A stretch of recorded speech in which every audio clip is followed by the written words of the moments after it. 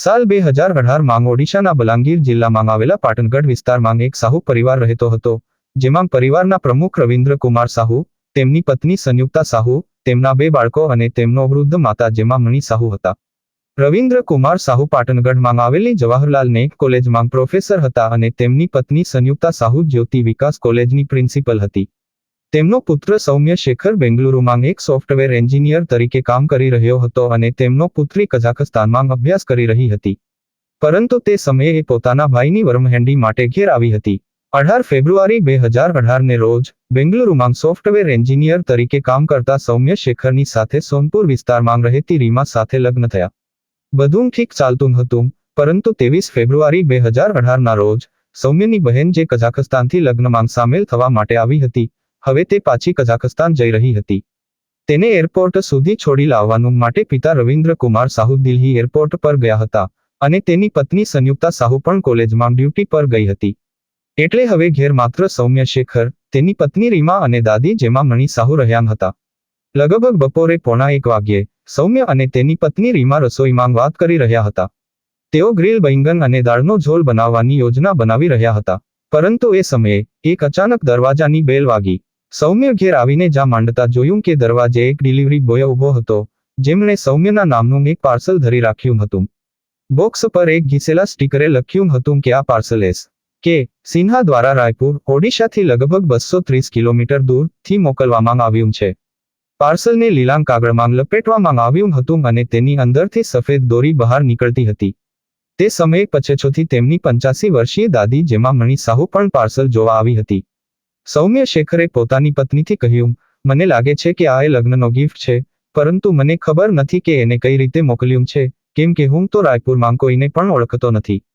તેઓ વાતો કરતા હતા, પરંતુ તે આ વાતો પૂરી નથી કરી શક્યા, કારણ કે પાર્સલ ખોલતાં જ એમાં ધમાકો થયો. ધમાકાની અવાજે આસપાસના લોકો દોડીને આવ્યા અને સૌમ્ય, રીમા અને દાદી જેમાં મણી સાહુ ગંભીર રીતે ઘાયલ થયા. તેમને તાત્કાલિક હોસ્પિટલમાં ખસેડવામાં આવ્યા, પરંતુ આ દુર્ઘટનામાં સૌમ્ય શેખરનું મૃત્યુ થયું. રીમા અને જેમાં મણી સાહુની હાલત પણ ગંભીર હતી. પોલીસે જલ્દી જ તપાસ શરૂ કરી અને પાર્સલમાં બમ આવેલું હતું, જેને કંઈક ખાસ ધ્યાનની સાથે મોકલ્યું હતું. તેઓ રાયપુરમાંથી મોકલવામાં આવેલા પાર્સલ વિશે તપાસ કરી રહ્યા હતા અને કે સિન્હા નામના વ્યક્તિના સંકળાવાની જાણકારી મળી, જે આ ગુનામાં સંલગ્ન હતો. આ સમગ્ર ઘટના એક ભયંકર ગુનો હતો અને આને લેશે પોલીસે સંપૂર્ણ તપાસ શરૂ કરી. આ હત્યાના મામલાથી વિસ્તૃત અને ગંભીર પ્રશ્નો ઉઠ્યા કે આ પરિવાર પર હુમલો કેમ અને કોણે કર્યો. આ ઘટના એક શંકાસ્પદ બોમ્બ વિસ્ફોટ સાથે સંબંધિત જણાઈ રહી છે, જેમાં રીમાને અને તેના પરિવારના સભ્યોને ગંભીર ઈજાઓ પહોંચી હતી. રીમા તો જીવિત રહી, પરંતુ તેની સ્થિતિ ગંભીર હતી. પોલીસે તપાસ શરૂ કરી અને આ પતા ચાલ્યો કે વિસ્ફોટ ગેસ સિલિન્ડરની સાથે નહીં, પરંતુ બોમ્બ વિસ્ફોટ હતો. પછી પોલીસે બોમ્બ સ્ક્વોડને બોલાવ્યું અને રસોઈમાંથી બારૂદની વાસ આવતાં તેને પુષ્ટિ મળી કે આ બોમ્બ વિસ્ફોટ હતો. હવે પોલીસે પાર્સલ પર ધ્યાન કેન્દ્રિત કર્યું હતું, જે 23 ફેબ્રુઆરીના રોજ સ્કાય કિંગ કોરિયર સર્વિસ દ્વારા તેમના ઘરમાં પહોંચેલું હતું. જ્યારે રીમાએ 3 માર્ચ 2018ના રોજ આરોગ્યમાં સુધારો કર્યા પછી પોલીસને આ વિશે જણાવ્યું, ત્યારે પોલીસે તરત જ કોરિયર સર્વિસમાંથી માહિતી મેળવો શરૂ કર્યું અને તે વ્યક્તિ વિશે જાણકારી મેળવવા લાગી જેમણે તે પાર્સલ ડિલિવર કર્યો હતો. આ ઘટનાક્રમ એક ગંભીર ગુના તરફ સંકેત આપી રહ્યો છે અને પોલીસ આ મામલાની ઊંડી તપાસ કરી રહી હતી. સાથે સાથે એ પણ પતો કરવાનું શરૂ કરવામાં આવ્યું કે પાર્સલ કયા વ્યક્તિએ મોકલ્યું હતું. તપાસ કરતાં જાણવા મળ્યું કે એ પાર્સલ રાજકોટથી કે સિન્હા નામના વ્યક્તિએ મોકલ્યું હતું. પરંતુ જ્યારે પોલીસ તપાસ કરે છે, ત્યારે એ જાણ પડે છે કે એ નામ અને એડ્રેસ બંને જ અસત્ય છે. અને અહીં પોલીસથી એક નાની ભૂલ થઈ જાય છે.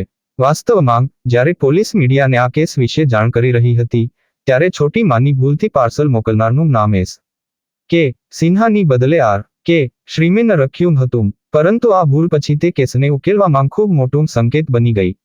કેમ કે આ નામ ખૂનીનું હતું અને આ ખોટું નામ મીડિયા દ્વારા ધીરે ધીરે સમગ્ર ઓડિશામાં ફેલાઈ ગયું. પોલીસ આ પર ધ્યાન ન આપે છે અને તપાસ જારી રાખે છે. પરંતુ જ્યારે સ્કાય કોરિયર બ્રાન્ચનો CCTV ફૂટેજ તપાસવાનો પ્રયાસ કરવામાં આવ્યો, ત્યારે જાણવા મળ્યું કે ત્યાં કોઈ CCTV કેમેરા હતા જ નહીં. ત્યારબાદ પોલીસે શેખર સાહુના મિત્રો અને પરિવારજનોથી પણ પૂછપરછ શરૂ કરી. પોલીસે શેખરના માતા પિતા પાસેથી પૂછ્યું કે શું તેમને કોઈ પર શક છે અથવા કનિક દુશ્મની છે. આ પર શેખરના માતાએ કહ્યું કે અમારી કોઈ સાથે દુશ્મની નથી અને અમારે કોઈ પર શક નથી. પરંતુ પછી શેખરના માતા પિતા સાથેના એક નાના વાતચીતમાં તેમની માતા સાંભળ્યા અને કહ્યું કે જે કોલેજમાં મારી ફરજ છે ત્યાં એક અંગ્રેજી પ્રોફેસર છે જેમનું નામ પુંજીલાલ મહેર છે. તેમની સાથે મારી ઝઘડો થવાનો હતો. પોલીસે પુંજીલાલ મહેરને પૂછપરછ કરવાનો નક્કી કર્યો, પણ પૂછપરછ પછી પુંજીલાલ મહેરના પર કંઈ ખાસ માહિતી મળી ન હતી, જેને લીધે તેઓને છોડવામાં આવ્યા. પોલીસને આ કિસ્સામાં વધુ મહત્વપૂર્ણ સંકેત મળ્યો જ્યારે તેમને જાણવા મળ્યું કે એક વખત જ્યારે શેખર રીમાને ફોન પર વાત કરી રહ્યો હતો ત્યારે એક અનોખા વ્યક્તિએ ફોન પર ધમકી આપી હતી. તે વ્યક્તિએ કહ્યું હતું કે તમારે રીમાથી લગ્ન નથી કરવા જોઈએ અને જો તમે લગ્ન કર્યા તો એ તમારા માટે ખરાબ રહેશે. ત્યારબાદ તે ફોન કટ થઈ ગયો. શેખરે આ વાત રીમાને પણ બતાવી હતી, પરંતુ રીમાને પણ એ વ્યક્તિનો પત્તો કયું થઈ શક્યું નહોતું. છતાં તે વ્યક્તિએ બીજું ફોન ક્યારેય નથી કર્યો. શેખર વિમલ સાથે લગ્ન કરવાની યોજના બનાવી રહ્યો હતો, પરંતુ બોમ્બ વિસ્ફોટ કરવાની અને કોઈને હત્યા કરવાની તેની હિંમત નહોતી અને તે એવું કંઈયું કર્યું પણ નહોતું. પરંતુ પોલીસને તેની વાતો પર વિશ્વાસ નહોતો થઈ રહ્યો. તેથી પોલીસે રસ્સે કઠોર પ્રશ્નો કરવાનો આરંભ કર્યો, પરંતુ તે વારંવાર કહેતો રહ્યો કે હું બેકસૂર છું. ત્યારબાદ પોલીસે તેનું polygraph test, lie detector test કરાવ્યું, જેના પરિણામે એ સાબિત થયું કે તે જૂઠ બોલતો નથી. તેથી પોલીસે તેને છોડીને મુક્ત કરી દીધો. આ ઘટનાથી 3 સપ્તાહો પસાર થયા પછી પોલીસે શેખરના મિત્રોના, પરિવારજનો, પાડોશીઓ અને સ્કાય કિંગ કુરિયર ઓફિસના ડિલિવરી બોય, સ્ટાફ સહિત 100 કરતાં વધુ લોકોમાંથી પૂછપરછ કરી, પરંતુ કોઈ સુરાગ મળ્યો નહીં. આ કારણે આ કેસની તપાસ સ્થગિત થઈ ગઈ હતી અને હવે પોલીસ પર પણ તપાસ અંગે પ્રશ્નો ઉઠી રહ્યા હતા. ત્યારબાદ ઓડિશા સરકારે આ કેસની તપાસ ક્રાઇમ બ્રાન્ચને સોંપી દીધી. જ્યારે આ કેસ ક્રાઇમ બ્રાન્ચને સોંપાયો ત્યારે ક્રાઇમ બ્રાન્ચે ફરીથી તમામ સંદિગ્ધોની તપાસ શરૂ કરી. એ હકીકત કે કુરિયર ઓફિસની અંદર અને બહાર કોઈ સીસીટીવી કેમેરા નહોતા, એટલે ક્રાઇમ બ્રાન્ચે આ વિસ્તારમાં લાગેલા 250મી વધુ સીસીટીવી કેમેરા તપાસી, પરંતુ હજુ સુધી કોઈ સુરાગ મળી રહ્યો નહોતો. પણ 4 એપ્રિલ 2018ના રોજ બોલાંગીર પોલીસને એક પત્ર મળ્યો, જેમાં લખાયું હતું કે પાર્સલ કે સિંહના નામે મોકલવામાં આવ્યું હતું. પત્રમાં વધુ લખાયું હતું કે રાયપુરમાં 2 નહીં, પરંતુ 3 લોકો આ વિસ્ફોટની યોજના કરી રહ્યા હતા. આ વિસ્ફોટનું કારણ શેખરનો વિશ્વાસઘાત છે, જેમણે જીવ અને કરોડો રૂપિયા લીધા છે. પત્રમાં એક મહત્વપૂર્ણ વાક્ય લખાયું હતું કે કૃપા કરીને નિર્દોષ લોકોને સંદેહમાં પકડીને તેઓને અજાણ્યા સવાલો પૂછીને પરેશાન ન કરો. આ પત્ર વાંચીને બોલાંગીર પોલીસે તરત પત્રની એક કોપી ક્રાઇમ બ્રાન્ચના પ્રમુખ અરુણ ભોતને મોકલાવી. અરુણ ભોતે પત્રને ઘણીવાર વાંચ્યો અને વિચાર કર્યો કે જે વ્યક્તિએ આ પત્ર મોકલ્યો છે તે જ પત્ર મોકલનાર હશે, કારણ કે કોઈને પણ આ વાતનો પત્તો નહોતો લાગ્યો કે પોલીસે ખોટા રીતે પાર્સલ મોકલનારાનું નામ કે સિંહની જગ્યાએ કે શર્મા જણાવ્યું હતું. પછી ક્રાઇમ બ્રાન્ચ પોલીસે આ પત્રને ફોરેન્સિક લેબમાં મોકલાવ્યો, પરંતુ પત્ર 250 અતિવાસ્તવવાદીઓ અંતરે ઘણા લોકોના હાથમાંથી પસાર થઈ રહ્યો હતો, તેથી ફોરેન્સિક ચકાસણીમાં યોગ્ય ફિંગરપ્રિન્ટ્સ મળી શક્યા નહોતા.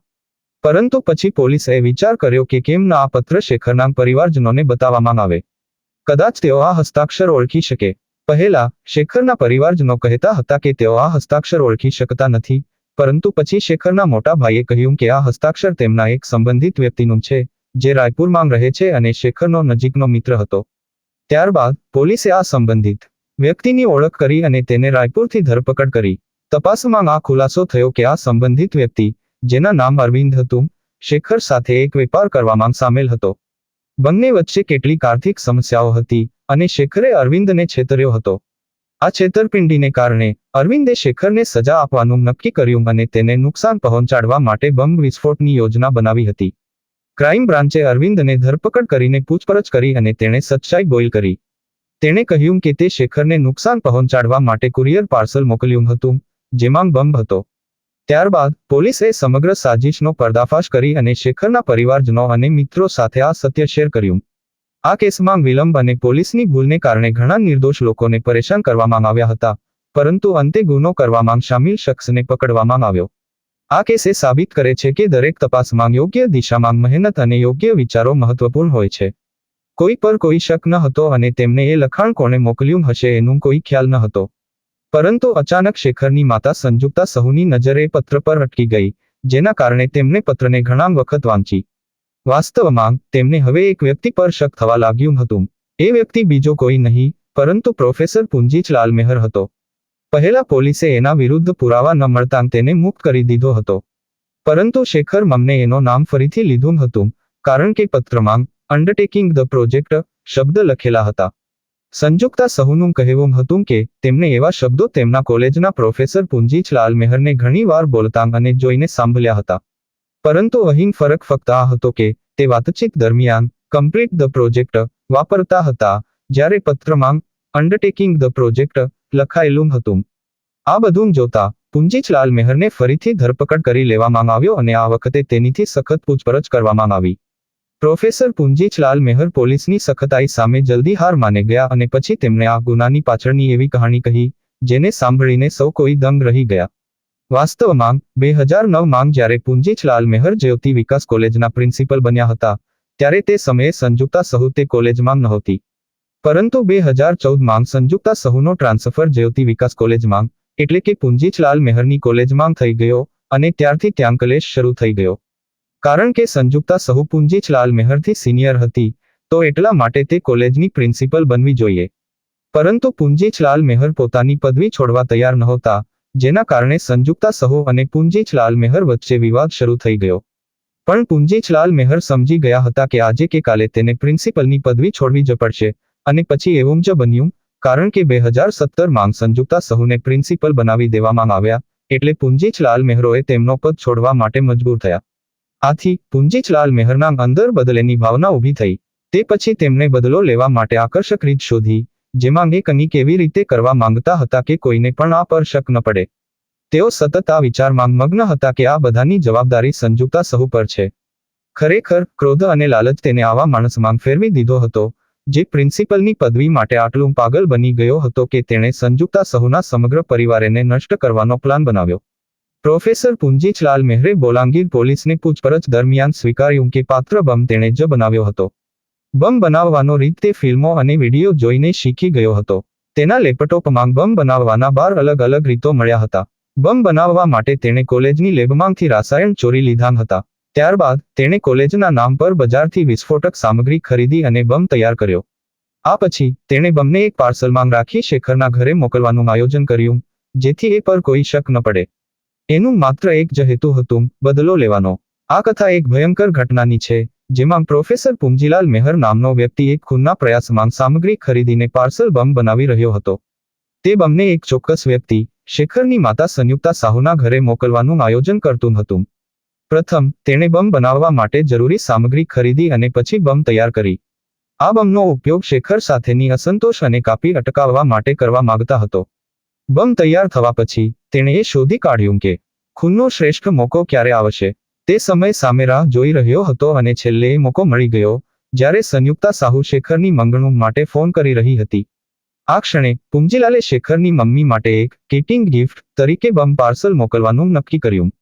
15 ફેબ્રુઆરી 2018ના રોજ તેણે જેમણે રોજના કોલેજમાં હાજરી આપી હતી, તો પછી તે ઘરે પહોંચતા પડતો જાય છે.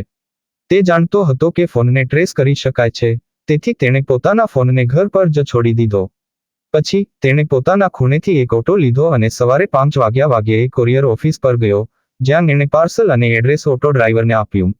પરંતુ થોડીવાર બાદ ઓફિસે તેને પૂછ્યું કે એ પાર્સલમાં શું છે, જેના જવાબમાં અંજીલાલે મીઠાઈ હોવાનો નાવ નોંધાવ્યો.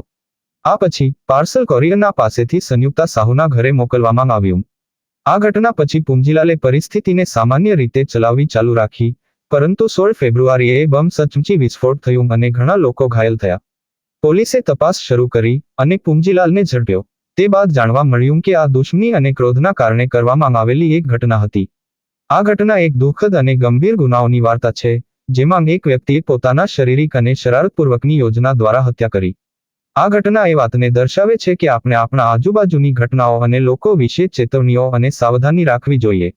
આવા ગુનાઓમાં સમયસર મળેલી માહિતી અને પુરાવાની મહત્વપૂર્ણ ભૂમિકા હોય છે, જે ગુનેગારોને સજા આપવામાં મદદ કરે છે. રીમા વિશે વાત કરીએ તો તે માટે આ ઘટના માત્ર એક દુઃખદ અનુભવ હતો, પરંતુ તે પોતાના જીવનના સૌથી મોટું પ્રેમ ગુમાવ્યું. તેના માટે આ વાર્તા એક ચેતવણી બની શકે છે કે કદી પણ વિશ્વાસ અને સંબંધોમાં કોઈ પણ પ્રકારનો ઠગાઈ ન થાય. આ મામલામાં ગુનેગારને સજા મળવી મહત્વપૂર્ણ છે, પરંતુ તે પણ જરૂરી છે કે સમાજમાં જાગૃતતા ફેલાવવાની જરૂર છે, જેથી આવા ગુનાઓ અટકાવી શકાય અને આવતીકાલમાં આ પ્રકારની ઘટનાઓથી બચી શકાય. તમે શું માનો છો? આ ઘટનામાં ક્યાં વધુ સુધારા કરી શકાય હતા?